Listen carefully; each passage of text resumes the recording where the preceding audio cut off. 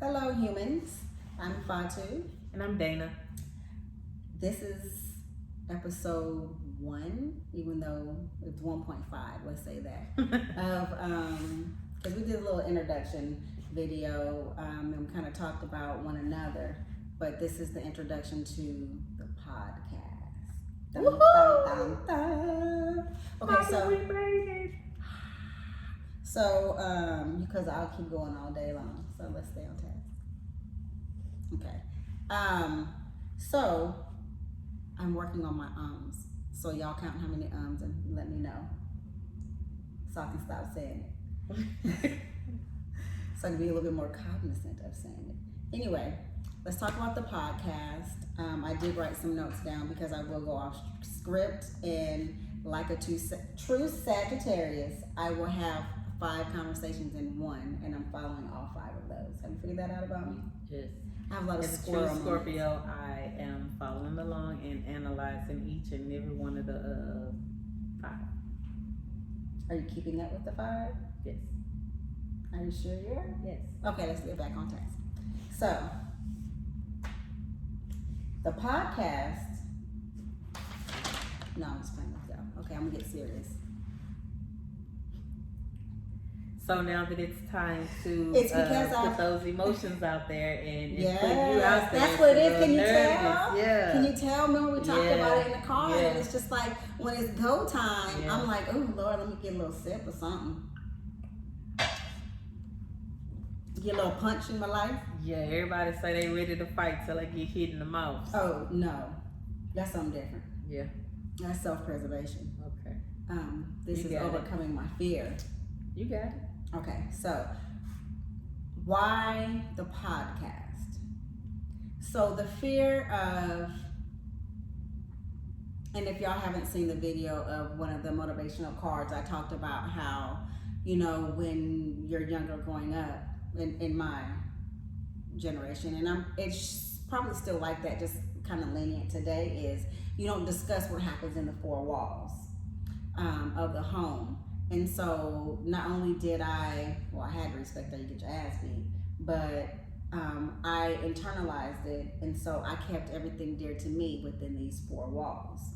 And so to have to get it out and talk about it, I feel very vulnerable, and it's petrifying. Not because I care what people think or what they say.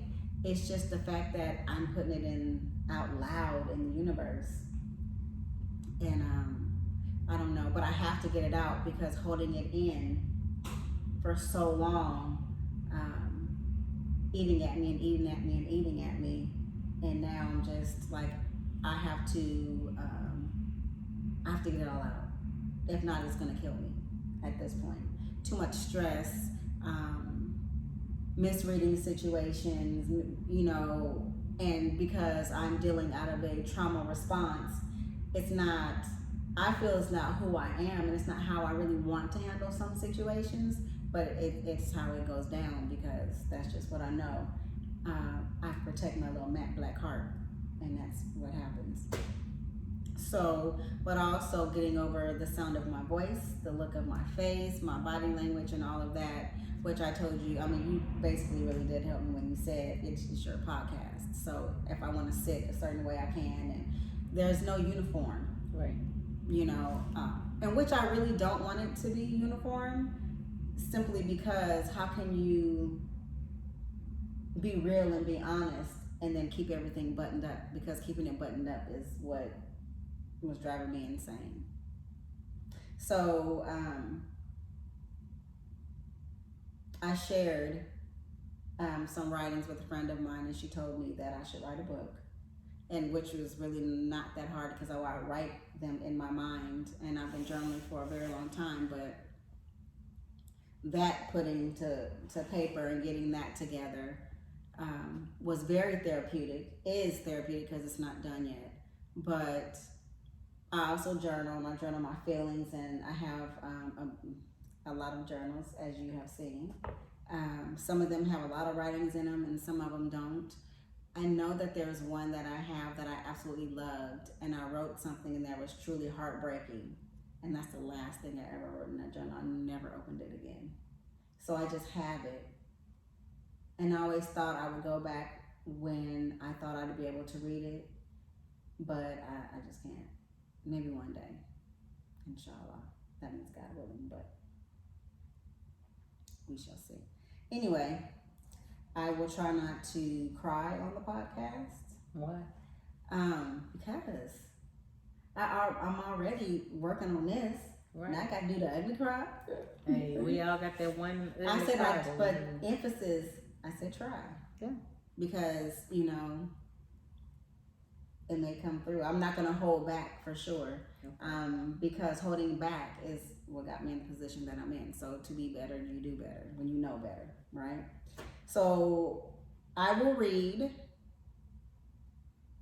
a little excerpt or something that I have written in starting off with just my journals and not really the actual book yet until it gets to where I can be able to put it out. But and then my guest, whether it's Dana Bana or someone else, will give me their feedback, or then we can discuss it.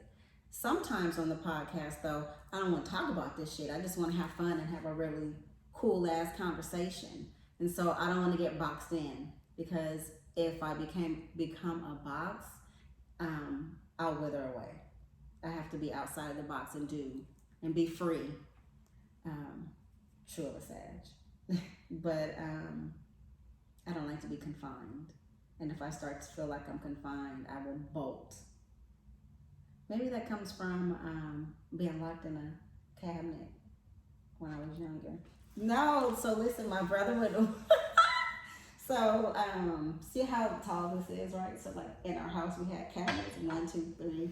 There may have been 4, I don't know, but I was scared of heights. I was little, and so my brother would have to watch us, like when my mom would go away, and so I would do something. I was annoying. I'm pretty sure I was annoying as shit when I was younger. He's like more than a couple years older than me. So what he would do is he would take me and put me in the top cabinet, because he knew that I would not open the door because I was scared to jump down. And I'm not going to jump down initially until one day I got bold enough to drop down and be like, oh, this ain't shit. And so then it just really didn't matter. But I didn't like the way that felt. They tricked me and put me in the dryer before and started it, so I know what the clothes feel like. And then I'm asthmatic, so I was in the hospital. They tried to kill me. I'm telling you, clearly I'm supposed to be here for something. Figuring that out though. But you would think that I would look back on that, it'd be horrible, right? The shit is hilarious. Like, you dumbass, you really got in the dryer. You trusted them to get in the dryer. And they turned, Brian was the one that hit the button. But in his defense. Oh, there's a difference. He was made to push the button. Because he's a year older than me. And then there's like 5+ years. 5, 6, 7 years or something like that. Difference between. So, he's older. Anyway, let me read this little piece and then we can talk, because we can go on all day and be laughing. And I'm sorry, y'all, I will try to look at the camera more, but sometimes I just will be this way and trying to be engaging in the conversation, which is something that I'm making an effort with my life. So this first thing says, my mind started breaking back in 2018. But I held onto it hella tight to keep it hidden because I didn't have the time nor the energy to deal with me. But it just so happens my mind decided to break anyway. I always tell people you have to rest your machine before it makes you rest. And I'm really good at giving advice, but following that same advice, no. I answer me, I talk to me, I don't listen to me. But I expect other people to listen to me, because I know what I'm talking about, right? The story of all of us. Everybody's lives, man. Had I listened, I wouldn't be Humpty Dumpty minded right about now. And what's crazy is, even though this is sidetrack and a sidebar, I put my finger so I know where I am. this morning when I was talking to my father on the phone, and I was telling him about how I felt. Like, you know, I keep breaking and coming back together and breaking and coming back together, you know, and it's like, may not happen every day, but you know, it happens. And he told me, he said, "Oh, so you're Humpty Dumpty." I said, "Yes, that's a good example of me." You know, I feel like the days that I am together, I have the stitches like that's on the podcast, how the face looks. That's why it resonated with me, because that's how I feel. Even on my best day, that's exactly what I look like to me on the inside. But I'm together. That's what's up. You know what I'm saying? Okay. And we're back. What I will say is, I'm proud of me at this moment for not giving up when it felt just so good to sit in the darkness and let life pass me by, which I did for a while. Truthfully, I still have my days where I sit and blank out for hours to rest my mind and emotions, and I mean hours. Like, there are days where, you know, I'll walk Mazakine like 6 something in the morning, and you know, she's a lazy ass lima bean, so she'll come back in and you know, she'll eat, and it's normally I'll take her on a long walk, and she'll sleep. And one day I realized, you know, she was telling me it was time to go potty, and I had walked her like right after you drove off. We went for a walk, and she woke up to let me know that she had to potty. She had been asleep for like 3 hours. Clearly, I don't know what she does at night that makes her snore like a man and sleep all day. But yes, and I realized that I had been sitting in the same spot, staring at the same spot in the wall since we came back in the house. Nothing was on, like, you know, the TV wasn't on, the music wasn't on, but I was sitting in the same spot. And I was like, I mean, you gotta get your shit together. That's what I told myself. That's ridiculous. And she didn't know any difference, you know. Instantly, you know, she growls at me that she has to potty. And when I turn and look at her, she starts wagging her tail, and then instantly I feel better. Because somebody's happy to see me. Shit. I love her. And then this is what I said. I used to get mad at myself for wasting time. And now I make myself say something positive to me. I'm still in the early stages of the betterment of me and being kinder to myself. And I feel like I'm going to be greater than I was, and I'm geeked to see how it turns out. And I said, now let's get into it, but really I'm scared.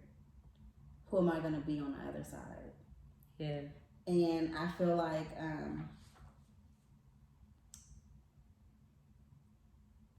if I feel like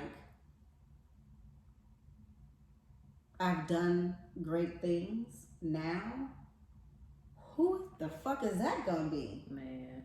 And that shit is petrifying. Man, when I think about, there are no words to express how excited I am about who you're going to become. The only thing is that for someone else, if they were able to see my excitement, they would be in awe that it's that much excitement for another person. Yeah. Because I cheer for my tribe like I cheer for myself. And of course, you know, with you being my wife, I am one of your biggest cheerleaders, and I wait with great expectation for that day for you to see what I see in you and who I see. I really love that about you. That you cheer and you lead me on, especially on the days when I can't. Thank you, but anyway, continue. That's what's up. So, and what you were reading, I want you to expound on what you said about being fair to yourself. I am the hardest on me. So even when people think, ooh, I told her, like if I fucked up, and let me put this, if I fucked up, right, and I did something wrong, made a mistake in some type of way, there is nothing that anyone else can say that could top what I'm saying to myself. Okay, so that's how you treat yourself when there's negativity. Then are you your biggest cheerleader when you do something good, or are you the least one or the last one to praise you when you do something good? Not many people praise me anyway. But no, I don't. I just think, oh, that's just what it's supposed to be, and I keep it moving. So praising yourself and speaking positively and thinking positively about yourself is something that you strive for? Yes. I saw and of course we're recording on my phone, so I can't really pull it up, but I saved it. So, they did this, or still doing, continuously doing, the Black Girl Follow Train on TikTok, which makes me very happy because any other time I just be like, whatever, and I'll keep it moving, and I'll just, scroll the videos that I scroll. But I have the desire to see people who look like me on my FYP. Mm-hmm. I don't want to see, a bunch of non-Black creators or people or whatever. Not that it has to be all Black. That's not what I'm saying. But I like to see me when I'm scrolling and see how it's encouraging to see other Black women being all that they could be, and it's a lot of positive, and you hear, the Black girl and the attitude, and yes, that's out there, of course, correct? But the amount of positivity, even if it's only for a video that is being put out there, is so helpful. And I've gotten so many ideas on things that I can do that I've already started doing to be better with me. One of the biggest things that I do, I probably talked to you about this before. I mean, I had to have. Is when I talk about how I never look at me in the mirror. Yes.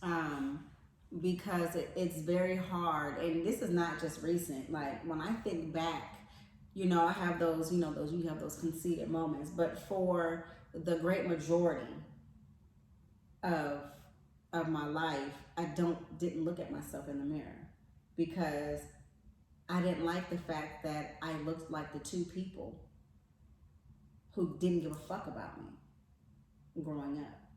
Your parents. My parents. So I didn't like the way I looked, so I didn't look in the mirror. Because it was a constant reminder of hurt, pain, rejection, abandonment. Yeah, basically, especially that one. Didn't even realize I had abandonment issues until I really started getting into my emotional intelligence and all of that. But I make a point to look at myself in the mirror. I mean, like, to the point where I would go into his bathroom and the light is not on. Because I know where, when you live in a certain space, you can move about the cabin at will, light or no light. Right. So I make a point to look at myself every day. I make a point to take a picture of me once a week. And I need to go back and look and see, like, I can tell the discoloration of the skin. Like when you're not happy, your skin color looks dirtyish, and then when you are very happy, it's very bright and glowy. And sometimes I sit, and I'm talking about, like, I don't want no filter, because the filter can make you look like you have on makeup or make your skin look brighter than what it really is. But just a picture of me. Now I may delete it immediately. Let's see. Oh, but yeah. So next. That's next. Not in here. Next is what? But after we finish, we still got some time. Are you done talking to me? No. You want to never look at it? Don't want to look turn at it this way.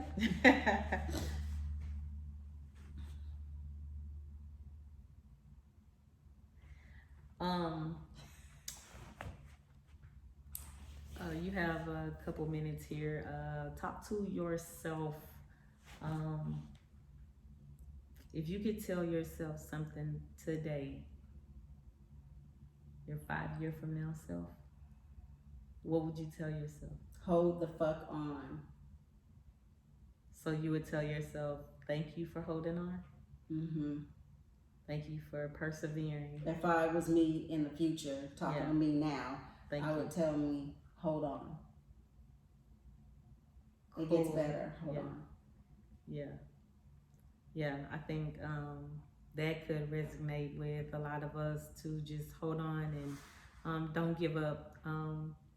One thing that I always say to myself when I'm going through or the tide is really waiting, I always say, what if the next 10 seconds or the next 2 minutes is all there is? What if you're what if you're closer to the finish line than what you think? Like you can't give up. Yeah. Because the finish line may be just another breath away. So I gotta keep fighting.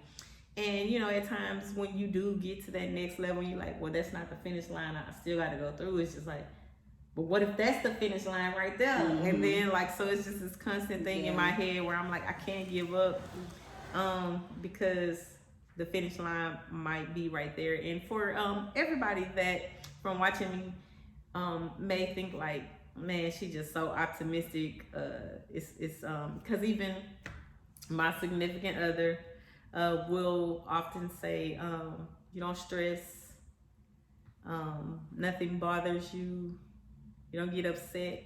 I do get all of those things, but I've reached a level of maturity and truly understanding that it's okay to get angry, just don't sin. And I also feel that many of the things that people fret about are things that we can't control anyway. Absolutely. So I want to live a long life. My desire is to live until I'm Enoch's age. That's what I aspire to live. How long? Enoch is a character from the Bible. So in order to live that, then I need to be stress free, right? So I try not to dwell on things that I cannot control. One thing I am working on now is giving my emotions more time. Generally speaking, I don't give my emotions much time to breathe or to live. It's that fast. I treat them like cells. Like I don't give them a lot of oxygen. I'm upset about this or I feel like crying about that. I don't have enough time to cry. What do I got to do next? How can I fix this? Or how can I correct this? Or even how can I ensure that this feeling doesn't happen again? I'm more of an action person. I have to be doing something to change. And you see that in my everyday life though, right? Yeah. There's always something that I'm doing, something that I'm working on, some dream that I'm trying to make a reality. Some step, or is it like a routine that we already have? Like today is Sunday, so there's meal prep Sunday, and then we juice on Sundays for the week. And now my reflection Sunday is back. Yeah, she's back to her Sunday reflections, and it's mandatory for her to start recording her podcast and getting before this camera. It is very important for her to get over that fear and to become the amazing podcaster that God has ordained for her to be, to live in her truth, to let her light shine even in the darkest places. Find a way. You do know that that's what this flower is, right? This flower? Okay, we stripping now, but let's see what it's going. Show bra strap is not. Oh, okay. That flower is a what now?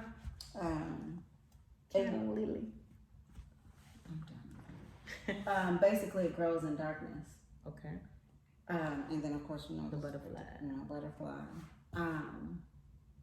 Because I feel like I always tell you that I feel like I've been dark forever, and I really have in my personality. It just depends. What's crazy is that it depends on how you know me or how well you know me to get to that side of me. To know that those are the things that I like. It's not just something that I willy nilly share about myself with people, but I feel like I grow through darkness because I'm here at 48, you know, and one of the things that down the line is, and what a lot of people don't know is that I mean I came very close to the first time of committing suicide in the 7th grade. Like at that time, I had a plan, which is crazy, and I mean like a plan. I'm beyond grateful that God had a different plan. Yeah, we plan, but Allah is the best of plans. I did want to say when you were talking earlier, and I didn't want to say it and get sidetracked, but one of my favorite tattoos that I have, and I do want to get that put on, like when I get my shirt done, like never later on in life or whatever such as that, is verily with difficulty comes ease, and that's the one that I said is my favorite surah in the Quran, but I always forget it. Yeah. I always forget. I get so caught up in the difficult moment and the what ifs and why the fucks. Yeah. And then I realize, it's just the storm.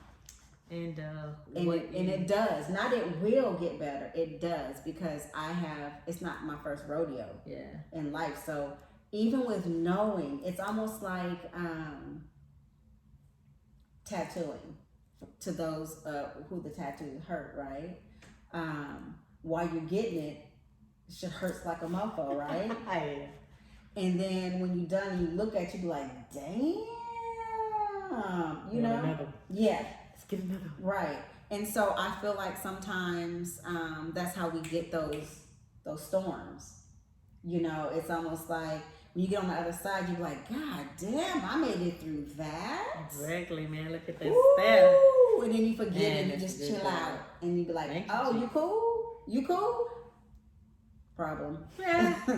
Problem. It's crazy is that I believe that you are the embodiment of one of my favorite scriptures. To do nothing with selfishness or empty conceit, but with humility of mind, exalt others as more important than yourself. I think that it has been a blessing and a curse for you, because you've spent the past 48 years giving and doing and being the best version of you for others. And as I've already told you off camera, is that I feel that this is your season of selfishness. Yeah, I do feel very selfish with me. To be honest, I'm feeling more and less guilty about it. But go ahead. And guys, we often talk about. She talks about being Humpty Dumpty, and prior to that, she was defining herself as a broken cup. And I would often speak to her as God being able to put that cup back together. But I often would always say, you can't pour from an empty cup. And she's so busy pouring, not realizing that she's pouring droplets into others and cracking the cup of herself. Yeah. And so she has to the cup broke. Yeah. Learning to pour from your saucer and not your cup. Yeah. You are the cup. You have to always be filled. And as you pour into others, others should be pouring into you. Fruit punch. What kind of fruit punch though? Like diabetic fruit punch or just regular? Oh yeah, no, I can't. Don't do that. So they judged me. I had made some see, now I'm getting sensitive. You trying to get me all emotional before the camera. So I had made some Kool-Aid, and I was judged by my Kool-Aid because it wasn't the church Kool-Aid. Oh. And they said it wasn't diabetical enough. So I went from my little 1 pound of sugar to 3 pounds of sugar. and it didn't suffice until I used 6 pounds of sugar. And I'm not even gonna tell you the size container that I put all of that sugar in. Well, hopefully it was a small one. But they were like, yeah, that's it right there. Kool-Aid. No, Kool-Aid. that is straight. It's red sugar. That's no, it. Kool-Aid should be like a cool cup. Is that what y'all call it here in Texas? Yes, but that's not cool Kool-Aid. A Kool-Aid should not be a cool cup. A cool cup has that extreme Kool-Aid sugar. should not be colored water with just a hint of sweet. Oh my God. It should be cool cup sweets. No. That you could, you know how bomb that would be to put it in the ice trays. Have you ever done that? I've done that before. You make it really sweet, and then you do it like in the ice trays, and then you make Kool-Aid, right? So instead of putting the ice in there and it just melts and it makes it watered down, then you put that in there. Man, diabetic on diabetic. I literally.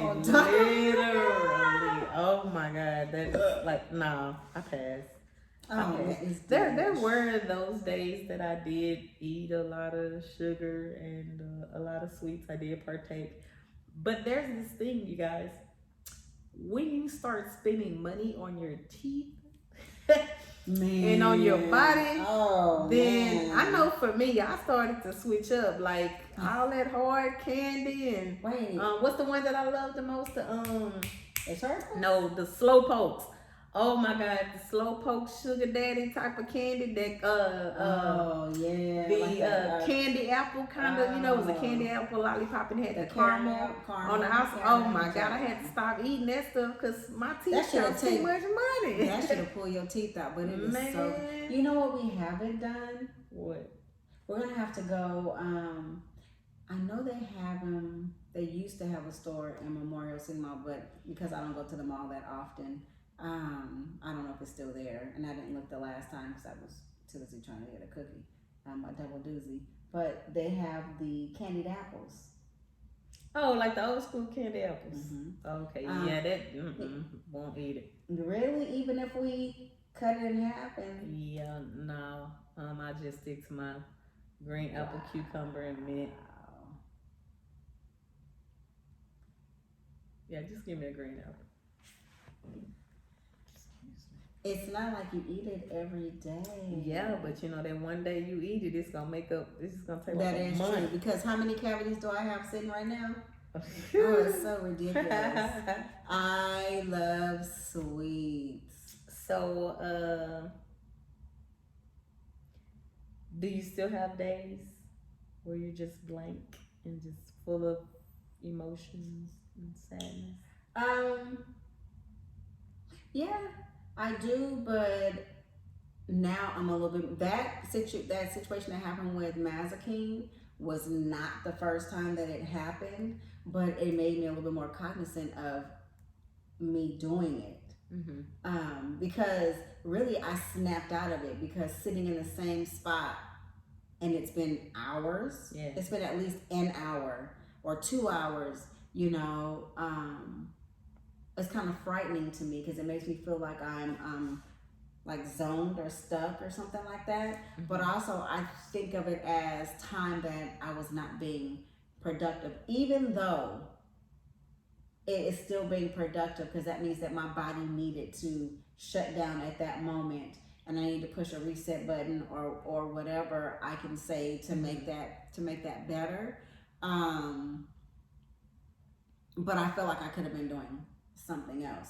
I know that I have, now that I'm cognizant of it, I make sure that if I feel like I'm going down a rabbit hole, even with a certain thought or story in my mind, I get up and I do something else. Even if it's just get up and I walk into, the living room and I try to do something. Now, when school started, and I had to do studying, I did have to take a break and zone out for a moment because so much information is coming in. Even though information was getting in before, it's not like I didn't read and things like that. But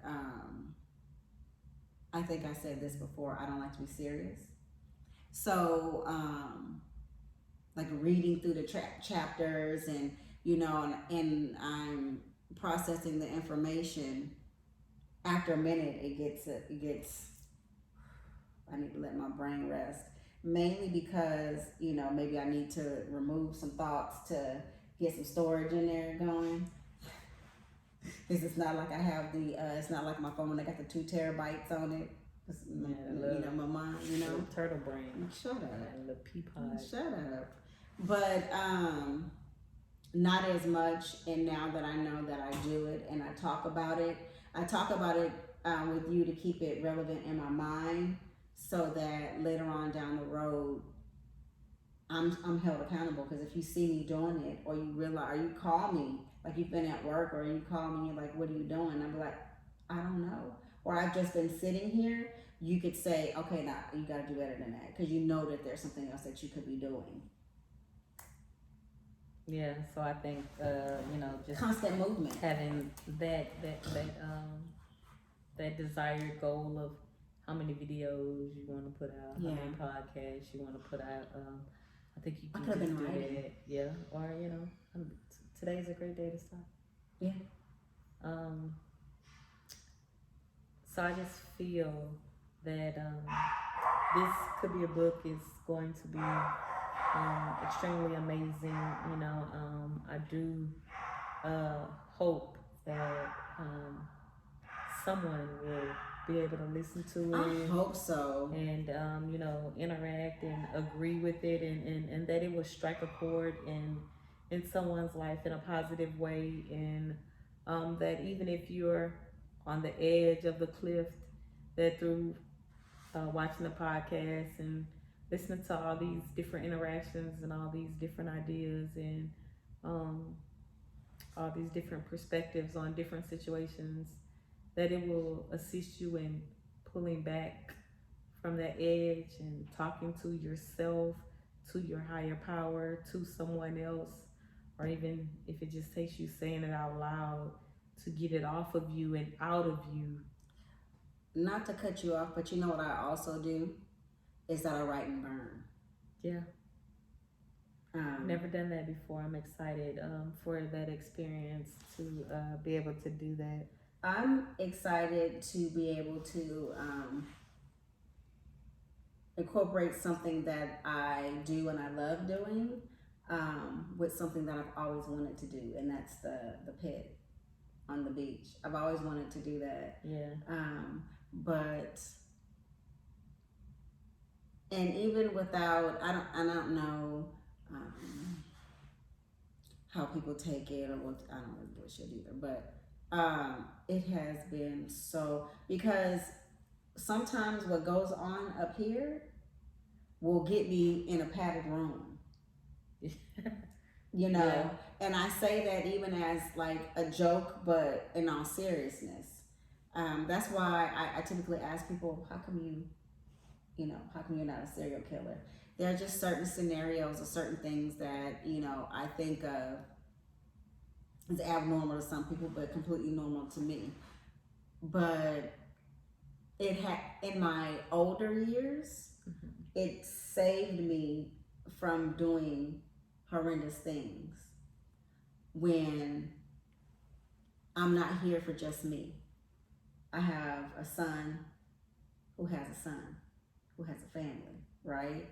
And so whenever I think about snapping off and really hurting people that hurt me, like physically hurting them, because, you know, not that it's going to change the situation, but shit, make me feel better, you know? I think about him first. How is my son going to be if I'm in prison? Or, you know, how is he going to be? I mean, I'm going to die. So that part never, it enters, but not really enter into my mind. But if I'm locked up, if you got to come see me with some quarters and shit like that, you know, how do I expect for him to love and respect me? And I don't even love and respect myself enough to stay out here for him, you know?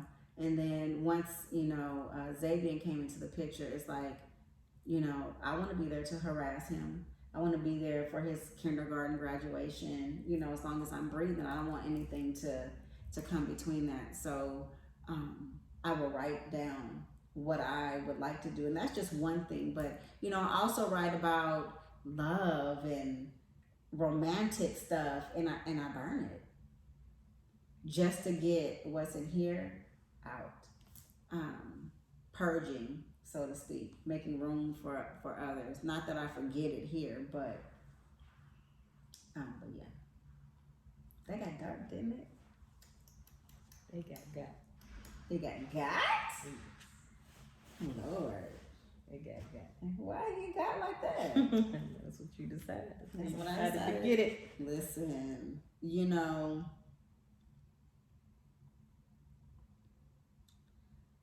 one thing that I was told when I was younger by the greatest woman I know that ever graced this ghetto ass planet. You know, life lessons that shaped who I was, even from a little one. Don't, of course everybody knows that, never throw a stone and hide your hand, is because I did something to someone and then acted like I didn't so they would get in trouble and I wouldn't. And even though I still got my ass beat for it, it was a lesson, but I also was a plotter. We'll talk about that too. I only really did it with my brother, but I was a plotter. So like, if I knew that if I broke something, if he did something, which he used to always do something and blame me and I would get my ass beat for it, you would get your lick back right then, right? Either you're gonna hit him or you're gonna do something. And then I figured out that if you make him wait for the punishment, it's a little bit more satisfying because he's jumpy for a while. And that was part of the punishment though, because he didn't give a fuck because he still did shit and I got beat for it. But to watch him squirm was satisfactory. But she also told me the grave that you dig for others is the one that you fall into. And so I've never like maliciously set out to, I'm gonna get that person, or I'm gonna make sure I get this, or even like when you deal with small-minded people on a job, who don't have a life, so they come to work and create issues and stupid bullshit like that. I'm never gonna plot against your demise, because your plotting against me is your demise. That's what's up. So, anyway, those are life lessons, that I learned. So that's why I take it very personal. Like when somebody does something to me, or they don't lie on me, that's like one of my biggest pet peeves. I fucking hate it. But I take it very personal, and it sends me back in those times, because I'm dealing with it from a trauma response, even though I know that people are people are people. But how you can't control people, I can only control me. And I am reacting from trauma. So, but one thing that I do know is that in some way, shape, form, fashion, it may not be the same way those who have plotted against me have gotten it, karma. It has. It has not been a pleasure. Been a pleasure. It's hot in here. Talking with you today. And you never hear me say about it. It's like, quit trying to get us off camera. I'm talking. Oh, I do apologize for any inconvenience. Just a few more minutes, y'all. I'm always cold, right? Because I need some iron in my life, and I can't take pills, so I have to eat the iron. It's hot as shit in here, is it not? Or is it because I'm sitting? It's because you're sitting directly. Okay. But I guess it's good because I don't have to have a beanie on. Right. It's a good thing that the roof was not open, because we would have been up there. Yeah, anyway, because she says now that we have to leave, y'all, I guess I gotta go. I'll see you again in a few minutes, though. It has been a pleasure. Thank you for joining us today on today's episode of This Could Be Your Podcast book. This Could be a book, y'all. podcast. THIZCUD BOOK. Thank you. Oh, I don't want to end it like that though. let's say something inspirational and motivational. What would you like to say? I don't know. I mean, we could say God bless you coming and going because you like to say that. But I just want to remind people at the beginning and at the end that verily with difficulty comes ease. So hold tight, think positive thoughts, and know that once you get through this storm, it's going to be a rainbow. No, I can't say if it's going to be a rainbow forever because it's not, realistically speaking. But every time you hit a storm, you should be learning and remembering that one, you made it through. Two, you can make it through no matter what. And three, at the end of this is a pot of gold. Gold looks different to everyone, but That's what's up. you like that? Yeah. I'm so wise sometimes. Yeah. God bless you. Coming and going. Coming and going, y'all. Peace.